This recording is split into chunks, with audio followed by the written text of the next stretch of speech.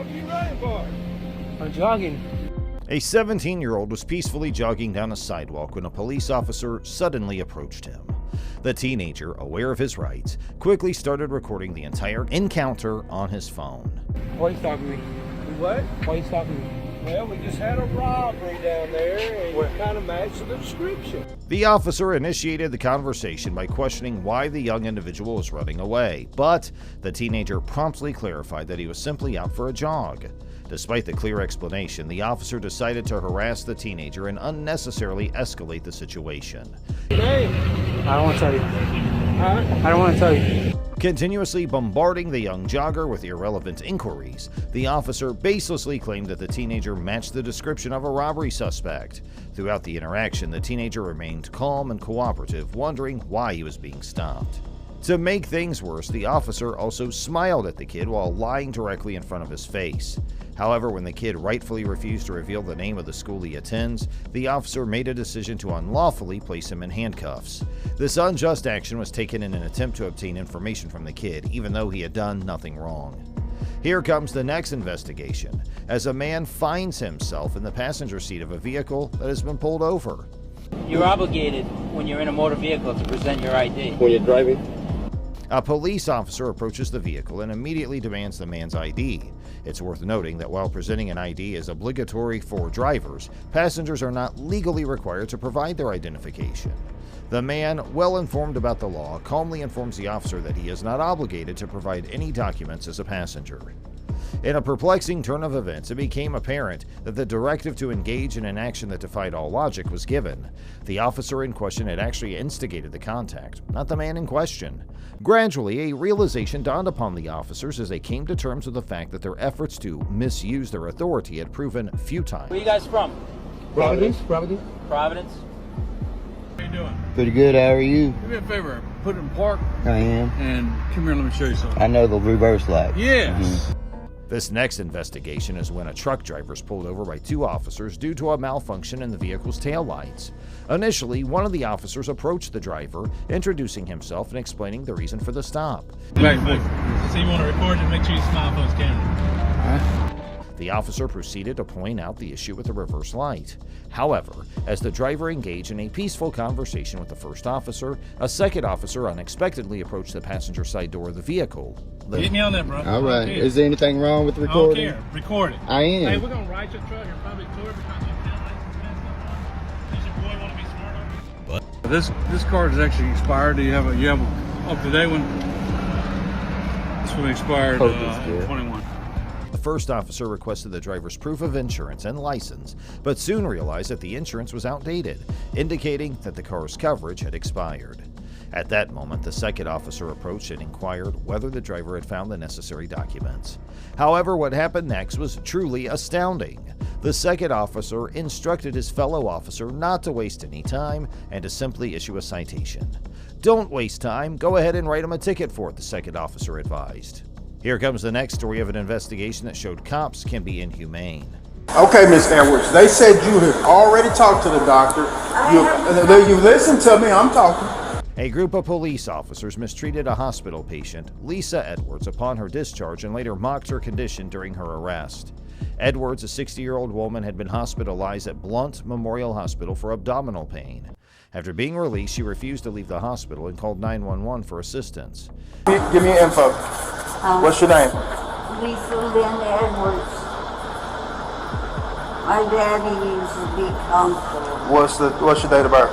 8662. 8662? Yes. You know, Sergeant Brandon Warlaw from the Knoxville Police Department arrived at the hospital and approached her. Miss Edwards, with her shattered ankle, repeatedly informed the officers about her inability to stand and walk. Despite their efforts, the officers were unable to place her inside a police van. Instead of seeking assistance from nearby paramedics or gently helping her, they chose to forcefully try to get her into the van. Officer Barnett even claimed that since Miss Edwards was medically cleared, she should be able to step into the van on her own, implying that she was pretending or acting. Due to the officer's incompetence, Miss Edwards ended up lying halfway inside the van, unable to move. To make matters worse, Officer Barnett accused her of putting on a show when she appeared to have difficulty breathing, disregarding her pleas for help. Miss Edwards expressed her difficulty in breathing to the officers at the scene, specifically Officer Barnett. However, Officer Barnett's negligent attitude resulted in no action being taken to address her deteriorating health condition. Now get in. I'm going to put you in there if you don't help us, ma'am. It seemed that all the officers present assumed Miss Edwards was exaggerating her problem, possibly influenced by Sergeant Wardlaw's initial assumption.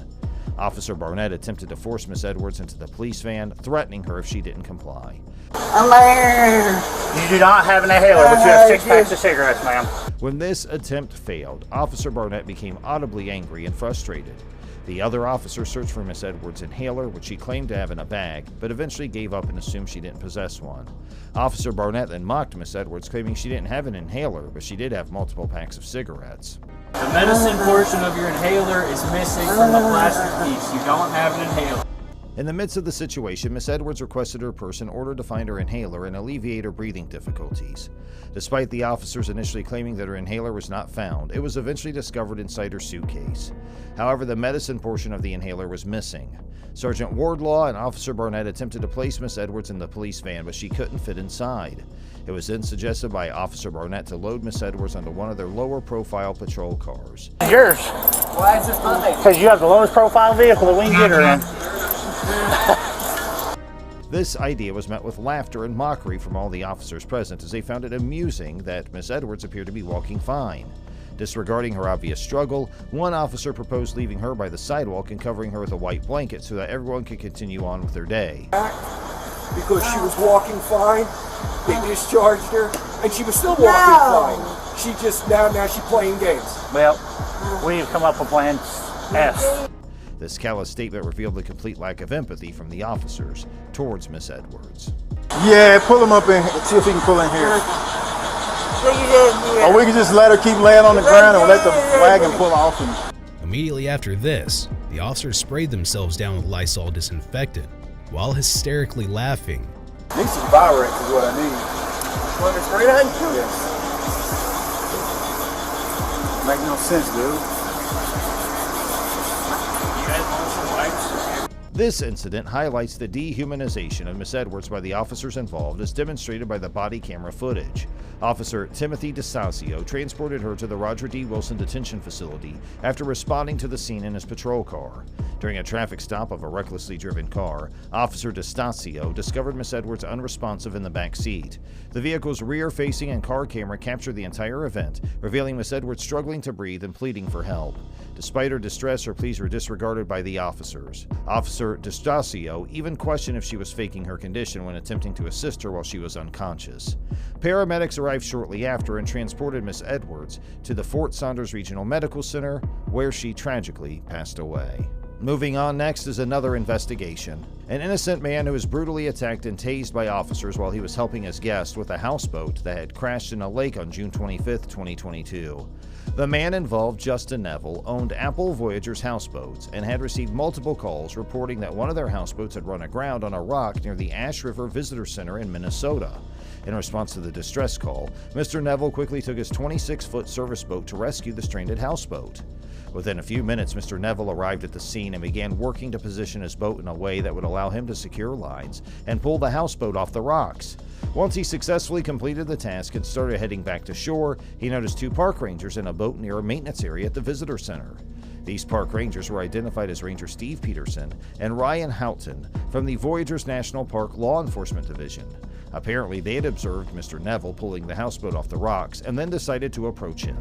The subsequent events were captured by Ranger Peterson's body camera, which provides footage of their initial contact with Mr. Neville.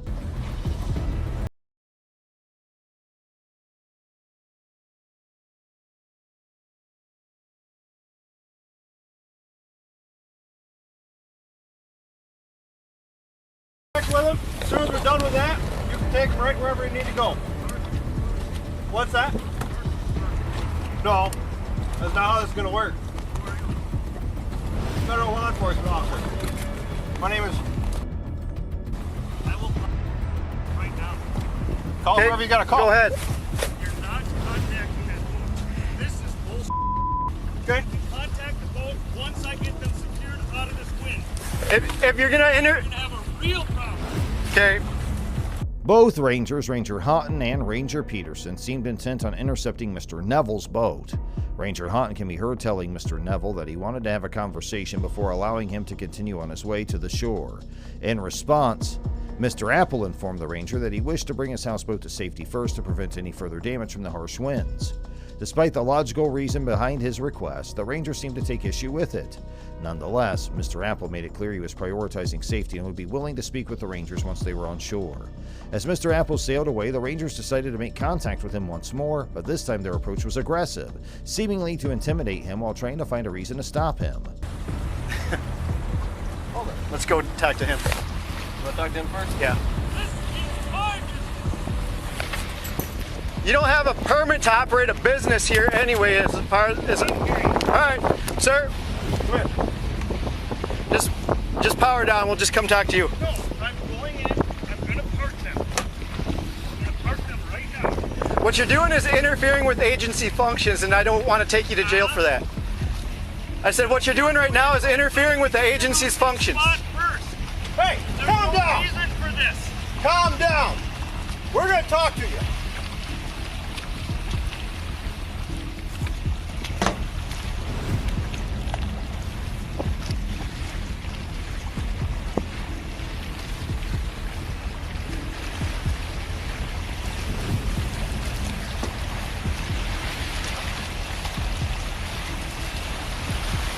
Go up to him. Suddenly, one of the rangers accused Mr. Neville of operating his business illegally and planned to sail towards his boat's bow with the intention of jumping on it to detain him. In the midst of this confrontation, Ranger Peterson declared that Mr. Neville was now in law enforcement contact with him and ordered him to immediately shut down his boat's engines. Whatever, but I'm not stopping until I get my guest taken care of. Okay, this you're making is this thing ridiculous. You're making this scene unsafe. Please shut the motor down. I don't want to have to escalate this.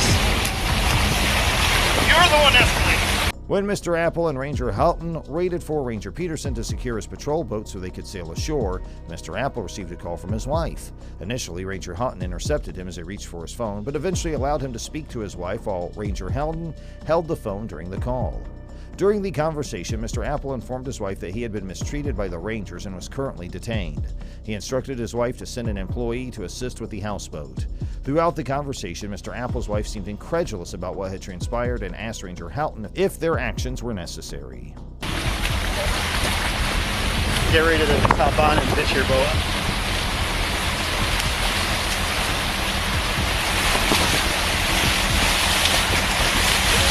Stop right now. Stop right now. You are being seized in a law enforcement contact. Don't touch his boat. Don't touch his boat. Get out here right now. Get out. In response, Ranger Houghton blatantly lied and claimed that Mr. Neville had interfered with their government function. He further alleged that Mr. Neville had started yelling at them.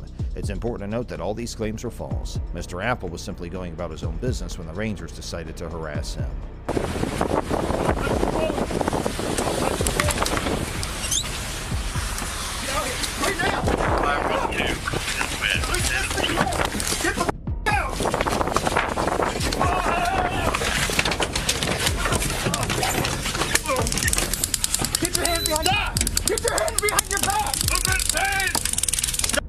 Following the encounter, the Rangers drove their boats back to the Ash River Visitor Center where they were met by Mr. Apple's wife and Ranger Kevin, a longtime ranger known to the couple.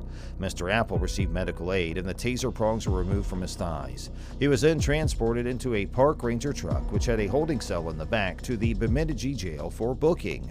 Any weapons on you, sir? Weapons on board. Is there anything in here that we need to know No, about? there's nothing. Come on. Okay. Just relax, all right? This is totally unnecessary. It is. Until you No, well, escalate. why can't I park my fucking houseboat? Eventually, Mr. Apple pleaded no contest to a charge of failure to obey a lawful order of a government employee or agent. He was fined $200 along with a $30 processing fee. The processing fees for the other 4 citations, including charges of disorderly conduct, interfering with a government employee, improper display of boat registration, and assaulting or resisting an officer, were waived. Upon being legally cleared, Mr. Apple registered a complaint with Park Superintendent Bob DeGrosse regarding Ranger Peterson's behavior. As a result, the National Park Service released approximately 100 pages of documentation, including reports written by Ranger Peterson, Houghton, and Ranger Kevin, who tended to Mr. Apple's taser wounds. Local media outlet The Timbers reported that the police reports filed by both Rangers contradicted the actual events. Their reports claimed that Mr. Apple was the aggressor, but the body camera footage proved that the Rangers had escalated the situation. Ranger Peterson's report summarized the force used against Mr. Apple, including verbal commands, grabbing his arm, applying a pressure point beneath his nose, tackling him, using body weight to hold him down, and handcuffing him. These actions appeared excessive given the circumstances. As of the recording date, a Park Service spokesperson confirmed that both Ranger Peterson and Houghton were still on active duty despite the incident.